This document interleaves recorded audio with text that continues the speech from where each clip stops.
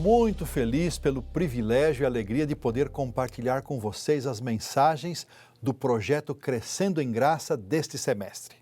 Temos experimentado maravilhosas bênçãos ao estudarmos a palavra de Deus e aprendermos juntos sobre a vida do profeta Eliseu. Quantas lições maravilhosas do ministério desse servo de Deus, não é verdade? Muitas bênçãos recebidas também com a leitura do livro Paixão, Propósito e Poder. Agradeço muito aos administradores das uniões e quero parabenizar de forma especial também os administradores dos campos, os organizadores do projeto, os departamentais de mordomia, os pastores, anciãos e líderes por se entregarem sem reservas a esse lindo ministério. E a você, meu irmão, minha irmã, o meu abraço especial. Você que se conectou conosco, acompanhou as mensagens e compartilhou com seus amigos. Deus seja louvado por tudo e por todos.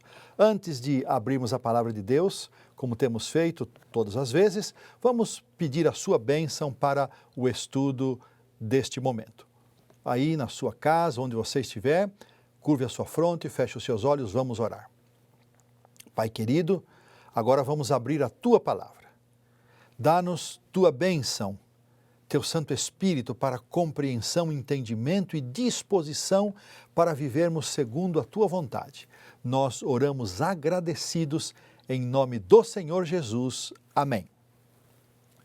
O texto para a reflexão de hoje está em 2 Reis, capítulo 6, versículo 8, e vai até o capítulo 7, verso 20. É uma longa porção que nós vamos ora citar, ora ler, são episódios distintos, mas que eles se interligam. Nós vamos fazendo a leitura à medida que formos comentando daqueles textos que queremos dar destaque. Mas eu peço a você, deixa aí a sua Bíblia aberta em 2 Reis, capítulo 6 e 7, na minha Bíblia os dois estão juntos. Muito bem, vamos começar então lembrando que Ben-Hadad era rei da Síria. E em conselho secreto com seus oficiais, decidia qual cidade de Israel iria atacar. Mas o Senhor mostrava esses planos para Eliseu, que por sua vez comunicava ao rei de Israel para que ficasse de prontidão a fim de enfrentar o ataque inimigo. O rei da Síria pensou que havia um traidor em suas fileiras, mas um de seus servos lhe falou que essas coisas aconteciam por causa de um tal profeta do Deus de Israel. O rei então decidiu prender e anular a influência desse homem. Tendo descoberto onde Eliseu vivia, foi a Dotã com carros, cavalos, fortes tropas e cercou a cidade durante a noite. Na narrativa desse episódio, 3 vezes encontramos a expressão o homem de Deus. Está no capítulo 6, versos 9, 10 e 15. Eu pergunto, isso também poderia ser dito a nosso respeito, a meu respeito. Homens e mulheres de Deus, jovens do Senhor, meninos e meninas de Jesus? Qual é a impressão que as pessoas têm quando entram em contato conosco? Elas percebem que somos parecidos com Jesus ao observarem nossos gestos, atitudes, a forma de tratar as pessoas, o interesse que demonstramos em ajudar e servir? Curiosamente, essa mesma história menciona que 3 vezes Eliseu orou. Coincidência? Claro que não. A oração é um dos grandes segredos de uma vida cristã vitoriosa. Nós somos muito bons sobre oração, nós sabemos muito sobre oração. Sabemos dizer frases lindas, citações fantásticas. Mas e daí? O que adianta tudo isso? Por que é que nós oramos tão pouco? Essa é a questão. Há muitas razões, mas talvez a mais séria seja o senso de independência e autossuficiência que caracteriza o ser humano, a natureza pecaminosa. E Deus, irmãos, precisa transformar nosso coração. E essa obra de transformação, ela não terminou no dia do nosso batismo. Eu conheci a irmã Francisca na cidade de Tatuí, São Paulo, sede da Casa Publicadora Brasileira, onde tive o privilégio de trabalhar e viver por 10 anos. Depois de ter pregado um sábado na igreja que ela frequentava, a irmã Francisca fez amizade comigo e com minha esposa e por muitos anos ela ligou para nós, sempre às sextas-feiras, perto do pôr do sol. O contato dela era muito rápido, bem objetivo. E ela pediu oração pelos 3 filhos. Ela então dizia, pastor, por favor, ore. E aí mencionava o nome dos 3 filhos. E ela sempre terminava assim, o Senhor tem uma obra para fazer no coração deles. Gente, foram tantas vezes que a irmã Francisca ligou, que um dia eu concluí que ela estava sendo usada por Deus como instrumento para que eu, Hélio Carnassale, reconhecesse que o Senhor também tem uma obra a fazer no meu coração. A partir daí, eu passei a pedir para que Deus fizesse a obra necessária no meu coração. E eu continuo pedindo. Ainda tem espaço, irmãos, para o Senhor trabalhar aqui nesse coração. Ele precisa completar o serviço de transformar, de consertar esse coração pecador. Que tal se você também pedir para o Senhor completar a obra na sua vida? Há uma linda promessa que diz o seguinte, aquele que começou a boa obra em nós há de completá-la até o dia de Cristo. Filipenses 1,6. Será que eu estou ouvindo você dizer amém? Diga amém aí onde você está. O servo de Eliseu se levantou bem cedo e viu a cidade cercada e entrou em pânico e perguntou ao profeta, ai meu Senhor, o que faremos? Capítulo 6, verso 15. A palavra de Deus, irmãos, tem milhares de promessas as quais o apóstolo Pedro chama de preciosas e muito grandes, segundo Pedro 1,4. Um dos pioneiros adventistas, pastor John Loughborough, cadastrou 3.571 promessas bíblicas, sendo 2.527 para o presente e 1.044 para o futuro. 3.044 estão no Velho Testamento e 527 no Novo. E por que ainda entramos em pânico e compensamos diante das surpresas negativas que chegam para nós? No Salmo 103, Davi afirma que Deus conhece a nossa estrutura e sabe que somos pó, verso 14. É justamente porque somos fracos e necessitamos desesperadamente do poder do Senhor para enfrentar as lutas e dificuldades da vida. É por isso que nós descompensamos, apesar das promessas de Deus. Cada provação é um convite para irmos à presença de Deus e pedir forças para seguir em frente. O conceito bíblico sobre uma pessoa justa não implica em ser alguém que não comete erros, mas significa uma pessoa que reconhece a soberania de Deus e confia nele. Apesar de falhos, fracos e pecadores, podemos sim, irmãos, amigos, pela graça divina, ser homens e mulheres de Deus, jovens do Senhor e meninos e meninas de Jesus, se tão somente tivermos fé. E não nos esqueçamos que a fé não vem de nós, é dom de Deus, segundo Efésios 2,8. A pergunta daquele moço, que faremos? Nos permitiu receber um grande presente, que nos chega por meio de uma das mais lindas e confortadoras declarações encontradas na Bíblia. Respondeu assim o profeta, não temas, porque mais são os que estão conosco do que os que estão com eles. Orou Eliseu e disse, Senhor, peço-te que lhe abras os olhos, para que veja. E o Senhor abriu os olhos do moço, e ele viu que o monte estava cheio de carros e cavalos de fogo em redor de Eliseu, versos 16 e 17. Que tremendo! Peço-te que lhe abras os olhos. Não é esta uma das mais urgentes necessidades que temos como indivíduos e como igreja? Como precisamos ter olhos espirituais abertos para compreender os tempos em que estamos vivendo. Já é tarde, a hora está avançada. Paulo escreveu aos Romanos 13:11, já vai alta a noite e vem chegando o dia. Não há mais tempo para levar a vida espiritual de qualquer jeito, brincando de ser cristãos, como naquela antiga brincadeira infantil do esconde-esconde. Ele nos acha no sábado e a gente se esconde dele durante toda a semana. Queridos irmãos, é a hora de despertarmos do sono e afastar a mornidão e a indiferença. Como precisamos ter discernimento espiritual para ver com clareza as diferenças entre o falso e o verdadeiro, o mal e o bem, o certo e o errado, o santo e o profano. A linha divisória é muito tênue, sutil, irmãos, e essa mistura invadiu nossos lares, invadiu a igreja. As coisas estão meio misturadas. E as diferenças só podem ser percebidas se comprarmos da testemunha fiel e verdadeira o colírio recomendado à igreja de Laodiceia em Apocalipse 3,18, que é o símbolo do Espírito Santo. Ah, como nós precisamos do Espírito Santo! Você tem orado para receber essa bênção? Por que não pedirmos encarecidamente para que o Senhor nos batize com seu Santo Espírito? Peça essa bênção hoje e amanhã, e depois, e continue pedindo diariamente. Ouvi um amém aí de vocês, meu coração ouviu esse amém. Irmãos, veja que Eliseu não deu uma lição de moral no jovem. Ele poderia ter repreendido o moço, mas não foi isso que ele fez. Ele orou por aquele rapaz, intercedeu por ele. Muito mais do que qualquer outra coisa, nós precisamos amar nossos filhos, crianças e jovens. Precisamos rogar por eles, que é mais forte do que só pedir, interceder em favor deles.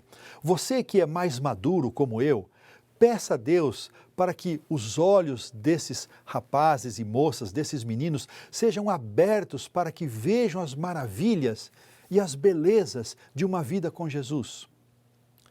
Quantas vezes o Senhor fala estas palavras aos seus filhos? Não temas. Na jornada da vida, o povo de Deus, com frequência, se vê em situações de medo e incerteza, mas Deus faz sua presença reconhecida e traz palavras de encorajamento e esperança. O inimigo vive cercando e sitiando o povo de Deus. Por isso também necessitamos ter os olhos abertos para discernir a realidade espiritual que nos cerca. Olhem que linda declaração fez Ellen White. Entre o servo de Deus e a multidão dos inimigos armados, estava um grupo circundante de anjos celestiais. Que lindo!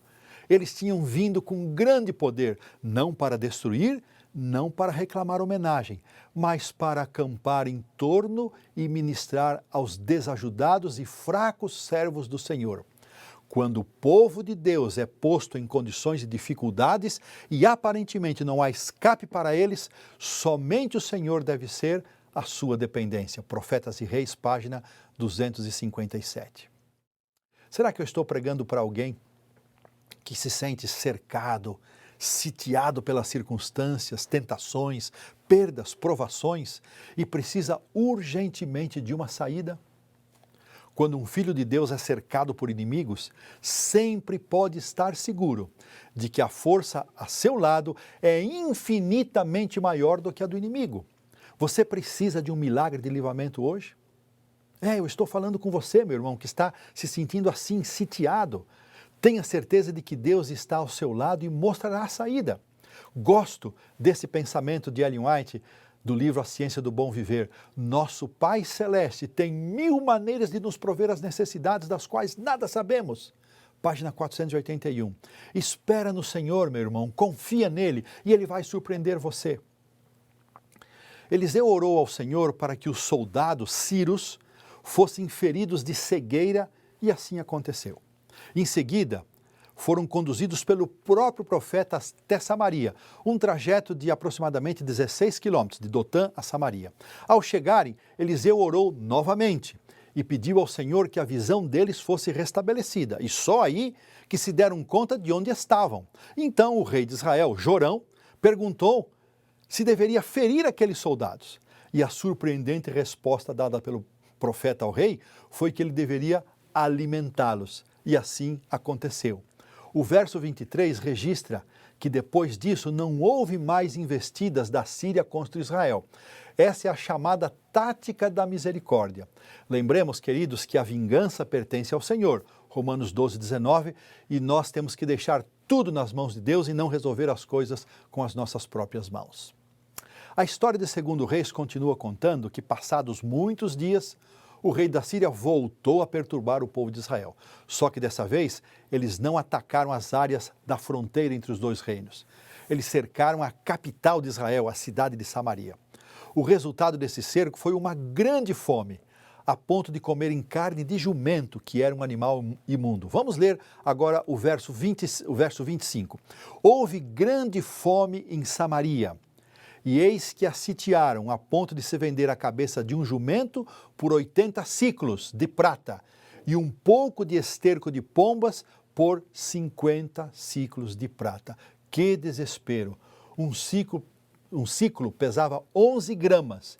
Isso significa que a cabeça de um jumento estava sendo vendida por quase 1 quilo de prata, os 80 ciclos, e meio litro de esterco de pomba por 60 gramas de prata, 5 ciclos. Que desgraça! Um dia o rei Jorão, que era filho de Acabe e Jezabel, estava caminhando pelo muro, e os muros daquele tempo permitiam isso, quando foi chamado por uma mulher pedindo ajuda. Ele respondeu: se o Senhor não te acode, como acudirei eu? Capítulo 6, verso 27. Uma mistura aí de incredulidade, sarcasmo, ironia, mas finalmente ele perguntou o que ela queria. Acompanhem o que aconteceu em seguida. Diz o texto: perguntou-lhe o rei: que tens? Respondeu ela: esta mulher me disse, dá teu filho para que hoje o comamos e amanhã comeremos o meu. Cozemos, pois, o meu filho, e o comemos. Mas dizendo-lhe eu ao outro dia, dá o teu filho para que o comamos, ela o escondeu. Tendo o rei ouvido as palavras da mulher, rasgou as vestes quando passeava pelo muro. O povo olhou e viu que trazia pano de saco por dentro, sobre a pele. Disse o rei: assim me faça Deus o que bem lhe aprouver, se a cabeça de Eliseu, filho de Safate, lhe ficar hoje sobre os ombros. Capítulo 6, versos 28 a 32. Que relato triste! Comer os próprios filhos estava entre os castigos previstos para casos de desobediência rebelde aos mandamentos do Senhor, conforme Levítico 26, 29. Que responsabilidade, queridos, têm aqueles que ocupam posições de liderança, pastores, anciãos, líderes de departamento em nossas igrejas. A reação do rei Jorão foi a pior possível. Além de não reconhecer os próprios pecados e os pecados do povo, se afastando do Senhor, ele preferiu eleger um culpado e jurou que mataria Eliseu naquele mesmo dia. Nem o próprio rei da Síria tinha manifestado a intenção de matar Eliseu, mas de apenas prendê-lo. Com essa atitude, o rei de Israel também demonstrou total desrespeito para com Deus e para com seu servo. Irmãos, embora os pastores e líderes locais de nossa igreja sejam homens e mulheres falhos e pecadores, imperfeitos e igualmente necessitados das misericórdias do Senhor, ainda assim, nossos pastores e líderes merecem nosso respeito e consideração por sua autoridade e liderança espiritual. A tendência de sempre livrar a própria pele e colocar a culpa nos outros por tudo o que acontece e atribuir ainda a Deus a responsabilidade última pelas consequências das nossas próprias escolhas erradas é uma verdadeira tragédia. Precisamos pedir que o Senhor nos conceda forças para deixar o orgulho de lado, agir com humildade, assumir os próprios erros e pedir perdão a Deus e às pessoas a quem ferimos e então, por meio de sua graça, mudar de atitude, arrepender-se. O rei, no seu desespero, enviou um mensageiro para executar o servo do Senhor e em seguida ele mesmo foi ao encontro de Eliseu para ver se a tarefa havia sido cumprida. E mais uma vez, ele atribuiu a Deus a causa de tudo o que estava acontecendo, conforme lemos no capítulo 6, verso 33. Eliseu estava reunido com os anciãos do povo, homens fiéis que confiavam no Senhor e esperavam ouvir do profeta uma palavra de esperança. Agora eu pergunto, irmãos, a quem buscamos quando estamos nos piores momentos? A quem recorremos? Há tanta gente, mesmo dentro da igreja, que se esquece de Deus nos momentos de bonança e se volta contra Ele na hora da tempestade. O melhor é sempre buscar ao Senhor como no voto do casamento, como nós dizemos nos votos, na alegria e na tristeza, na saúde e na doença, na riqueza e na pobreza. Em Deus sempre estaremos seguros. Jesus disse, no mundo passais por aflições, mas tende bom ânimo, eu venci o mundo. João 16, 33. A vitória de Cristo é garantia de que não importa que possa nos acontecer, porque nele teremos paz. Vamos ler o que aconteceu. Então, disse Eliseu, ouvi a palavra do Senhor.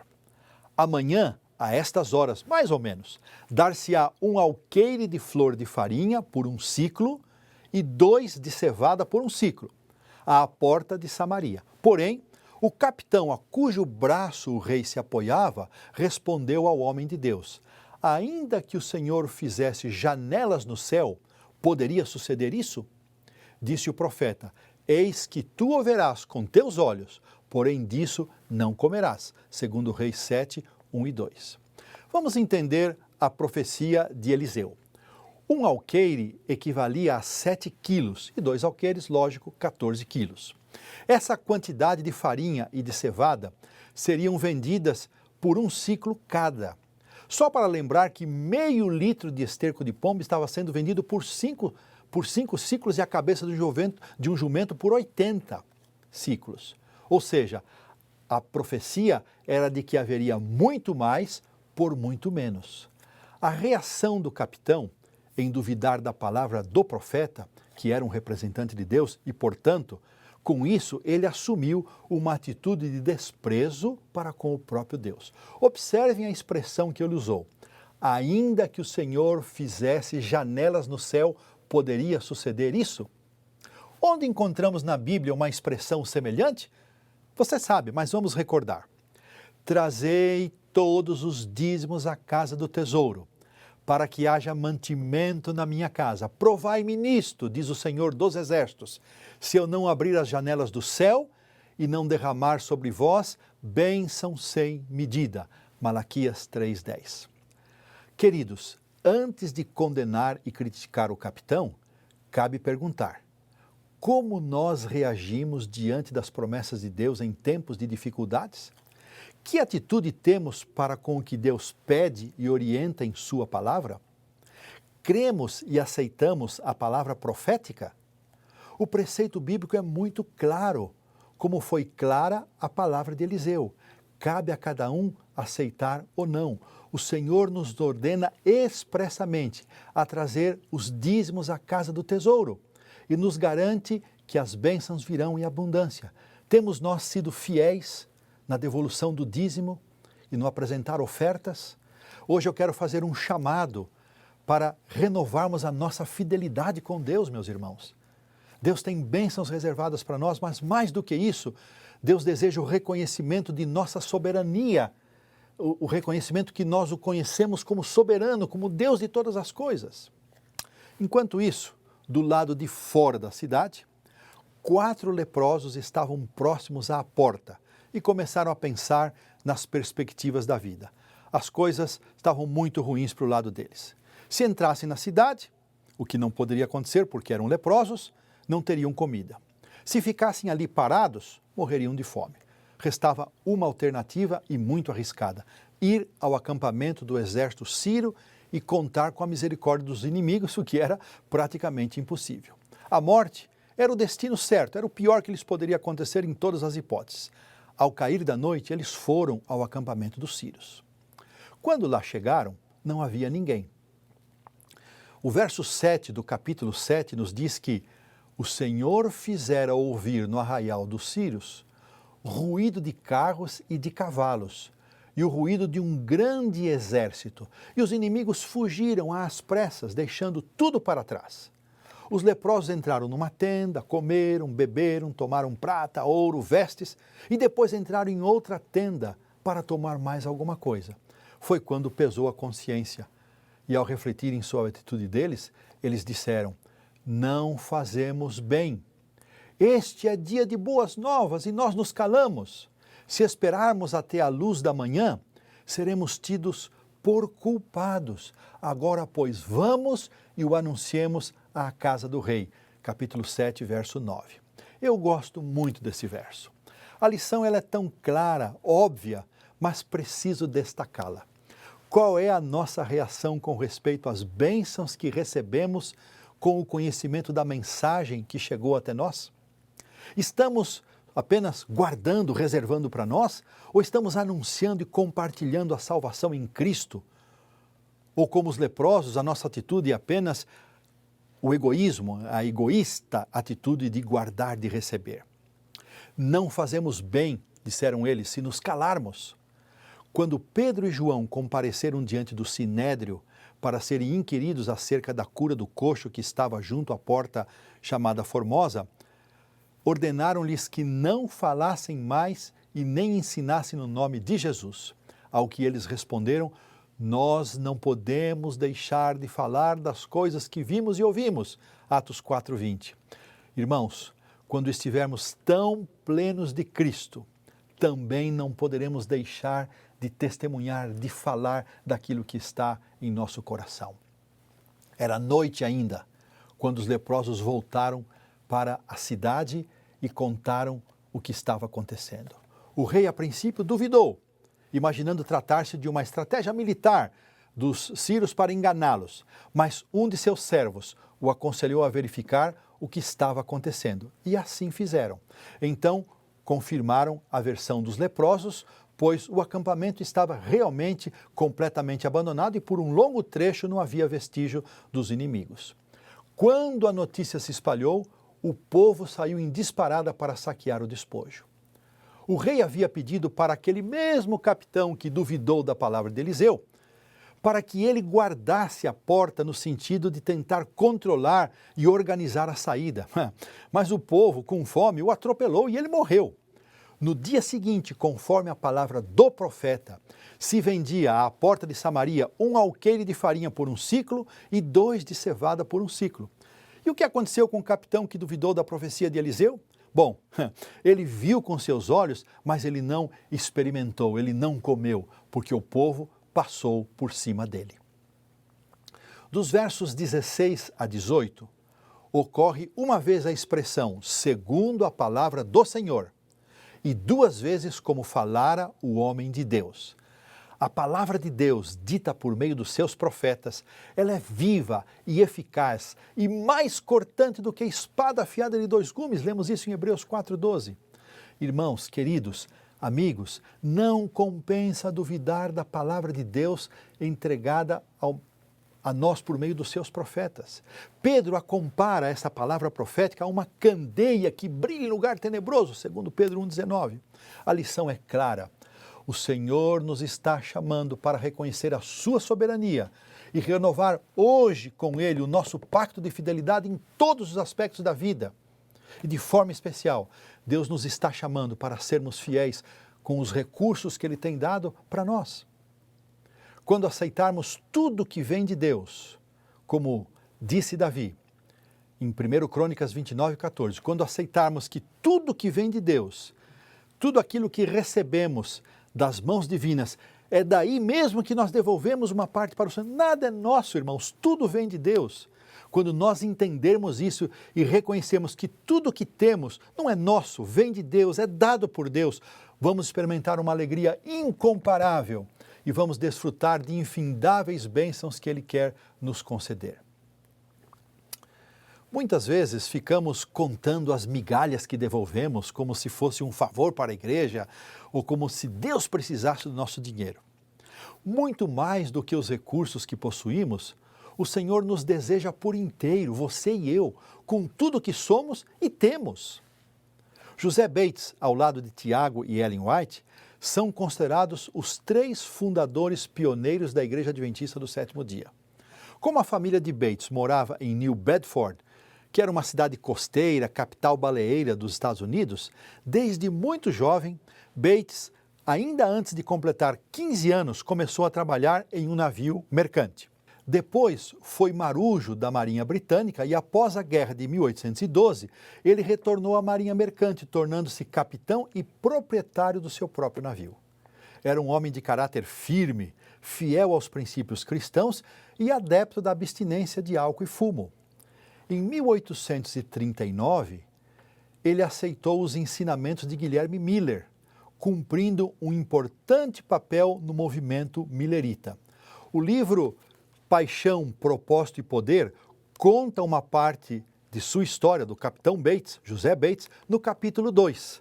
E eu vou contar alguma coisa dele aqui. No início de 1844, Bates vendeu sua casa por $4.550, com o objetivo de custear suas viagens e despesas na pregação da mensagem da volta de Jesus. Certa feita, ele viajou cerca de 1.000 quilômetros em meio ao rigoroso inverno norte-americano, enfrentando ameaças contra a própria vida e sob condições muito precárias. Na última noite das reuniões em Kent Island, às margens da Baía de Chesapeake, ele e o seu companheiro Herman Gurney foram avisados de que um grupo que estava num bar estava se preparando para matá-los. Diante de um auditório ávido por ouvir a mensagem divina, Bates e seu companheiro pregaram sem temor pela própria vida.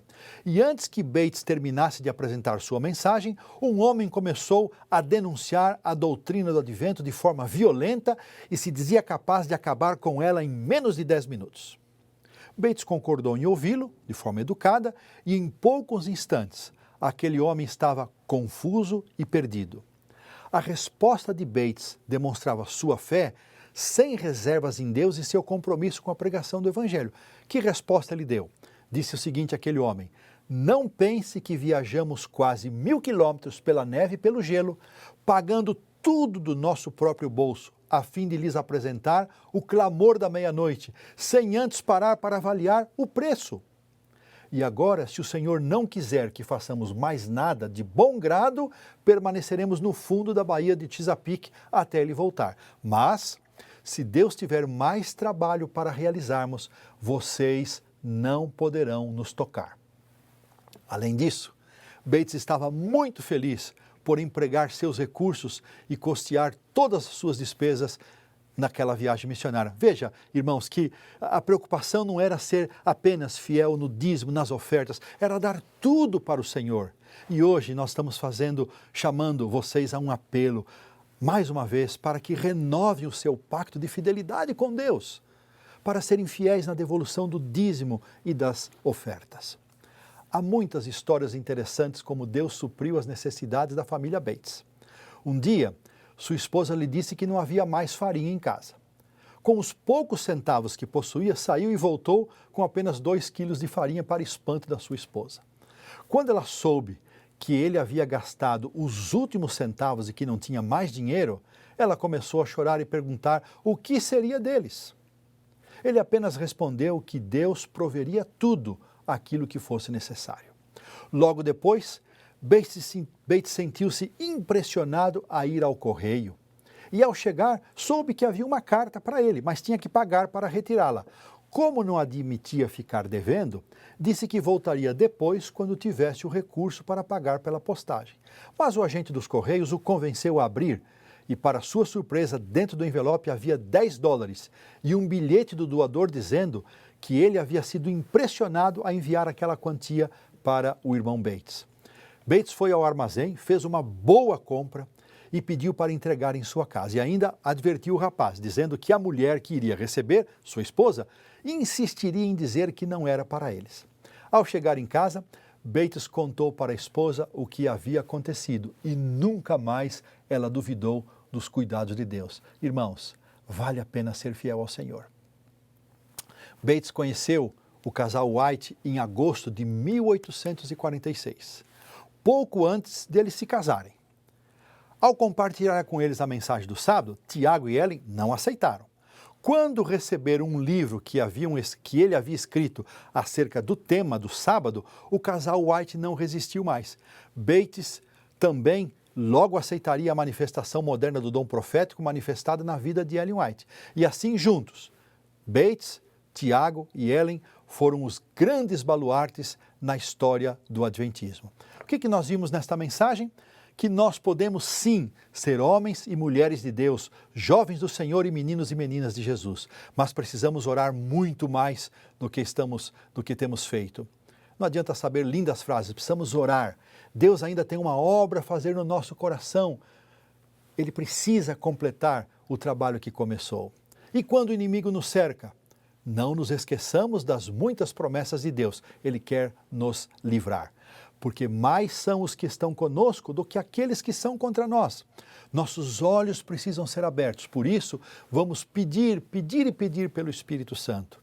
Precisamos reconhecer que já é tarde, a hora está avançada. Não dá mais para brincar de ser cristão. Nós precisamos amar nossos filhos, nossos jovens, nossas crianças. Temos que rogar e interceder por eles. E ao invés de culpar os outros por nossos erros, vamos assumir nossas faltas e pedir bênção do céu para mudar. A vingança, quando formos atingidos, pertence ao Senhor. Nossos líderes são homens e mulheres de responsabilidade. Vamos orar por eles. E, finalmente, estamos sendo fiéis nos dízimos e experimentando as bênçãos que Ele nos prometeu. Se não formos fiéis nos dízimos e ofertas, deixaremos de usufruir as bênçãos como aquele capitão deixou de usufruir do despojo. E, queridos, não fazemos bem se nos calarmos. Não podemos deixar de falar. A segura palavra profética nunca falha. Qual a nossa resposta diante do chamado de Deus para uma entrega total de tudo que somos e temos? E o impressionante exemplo de Bates nos convida mais uma vez a entregar tudo ao Senhor. Que Deus nos abençoe. Que por graça divina nós possamos ter essa mensagem poderosamente gravada em nossa mente, a fim de cumprirmos o ideal de Deus para nós, para que ocorram as necessárias transformações na nossa vida e que o Espírito Santo fale profundamente ao coração de cada um de nós e não nos deixe sossegar até tomarmos as decisões necessárias para que possamos verdadeiramente continuar crescendo em graça. Um forte abraço e que todos fiquemos na bênção e na paz do Senhor Jesus. Quero convidá-los a orar. Pai querido, agradecemos por esses momentos tão especiais que gastamos estudando a Tua Palavra, extraindo lições para a nossa vida. Abençoa-nos, Senhor. Ajuda-nos a tomar decisões importantes, especialmente a de renovar o nosso pacto de fidelidade contigo. Senhor, escuta a nossa oração e protege-nos com a Tua bênção eterna. Hoje e sempre oramos em nome do Senhor Jesus. Amém.